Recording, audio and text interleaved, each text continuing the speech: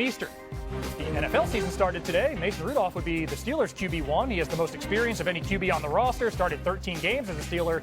8 of those were wins. The team drafted Will Howard in the 6th round this year in the draft. They have Skylar Thompson as QB3. Of course, we are still waiting on Aaron Rodgers news.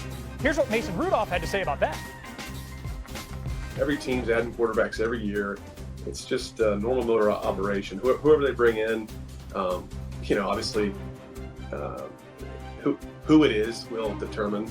I learned a long time ago who it is, and then the financial compensation will really tell you what's going to go down as far as the depth chart. So I get that, and I'm all I really can do is, as cliche and annoying as it sounds, is just keep having a great spring and enjoying working with the receivers, learning the offense, making the most of every rep I can get, and that's what I did in 2023. That's what I've done my whole career, and you get opportunities, and then you just got to be ready to capitalize when they come. Louis Redick, Rudolph saying all the right things. We know Mike Tomlin's track record and just persistently not having a losing record, but how far can these Steelers go if week 1 QB1 is Mason Rudolph? Look, they're not going to be contenders for their division crown, and that's just a fact as far as I'm concerned. Like, you're going to be in a division, man, that has Joe Burrow in it with all of his weapons back, and we'll see how the defense goes for Cincinnati. And then you're going to be in a division with Lamar Jackson, who arguably is quarterbacking the best roster in the NFL. And Cleveland is not a team you can sleep on. It just isn't. I would take Cleveland's quarterback room right now, as presently comprised, 100 out of 100 times over Pittsburgh's quarterback room as presently comprised.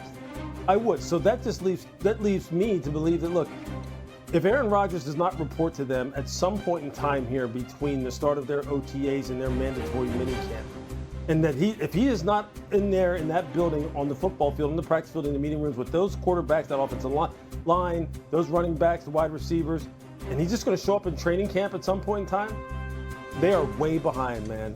They are way behind. They are ice skating uphill in a division where everyone else, outside of Cleveland, obviously, at quarterback, is kind of set and ready to roll. In a conference overall that has nothing but standout quarterback play when you're talking about the AFC. And the last time I checked, the Steelers don't measure themselves, historically, by just being competitive. They're trying to win the North, and they're trying to win the conference, and they're trying to win Super Bowls. That's how they judge success in Pittsburgh.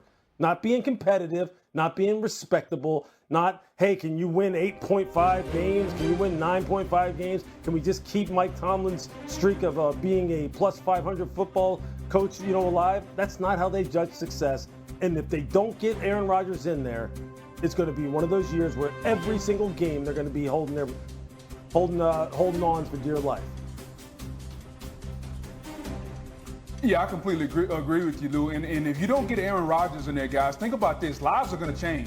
I mean, if you just think about the mentality of Cam Hayward and Minkah Fitzpatrick, if I'm going to the first game of the season and I look out there and Mason Rudolph or Will Howard is my quarterback, why the hell am I out here wasting my time? If you're Cam Hayward going into the year, whatever it is, why are you out here giving everything you have for Will Howard or Mason Rudolph? No disrespect to either one of them, but we're not going anywhere with them at the quarterback position. So why am I out here in my umpteenth year in this league trying to win a championship when offensively and organizationally we're not?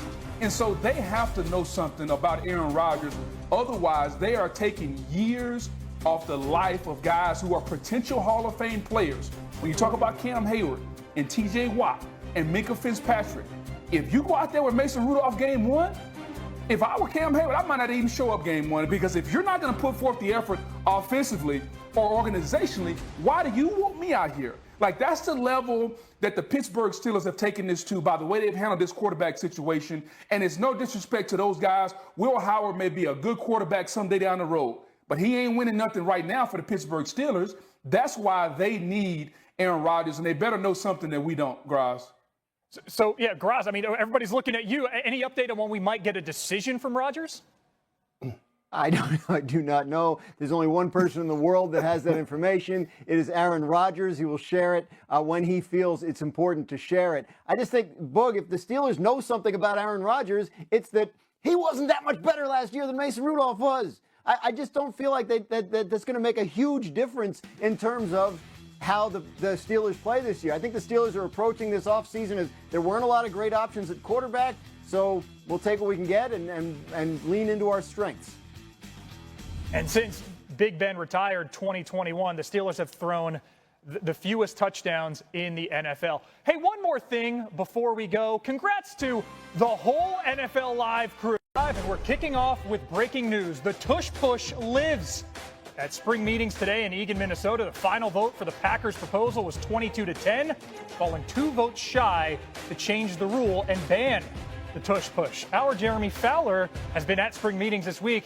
Jeremy, back in your old Twin Cities stomping grounds, I see. How did this vote go down to keep the Tush Push alive today? Month-over-month support, but we fell short.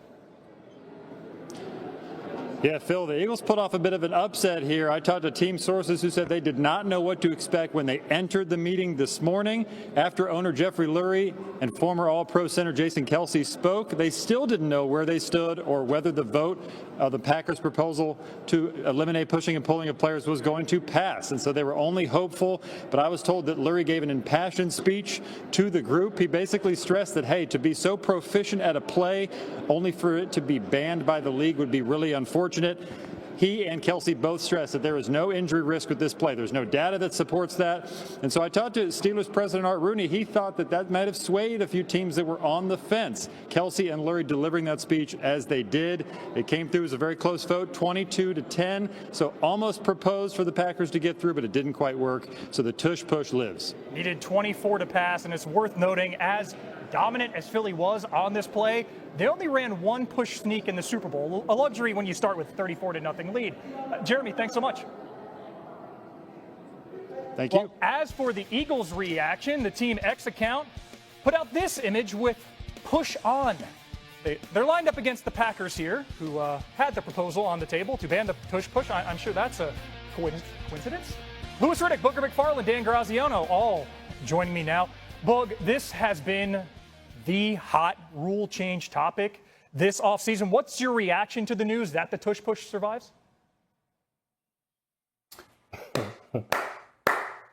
I'm extremely happy that it's still around. I was one of the ones that's been against it, guys. I think that if you look at the play, number one, everybody has the opportunity to do it in the National Football League. We've seen the Buffalo Bills try to do it, well, with some success with Josh Allen. But everyone could do this play if they want to. And I thought it would really be unfair to punish the Eagles because they have perfected this play based on their quarterback and his physical structure and how strong he is and based on how good their offensive line is.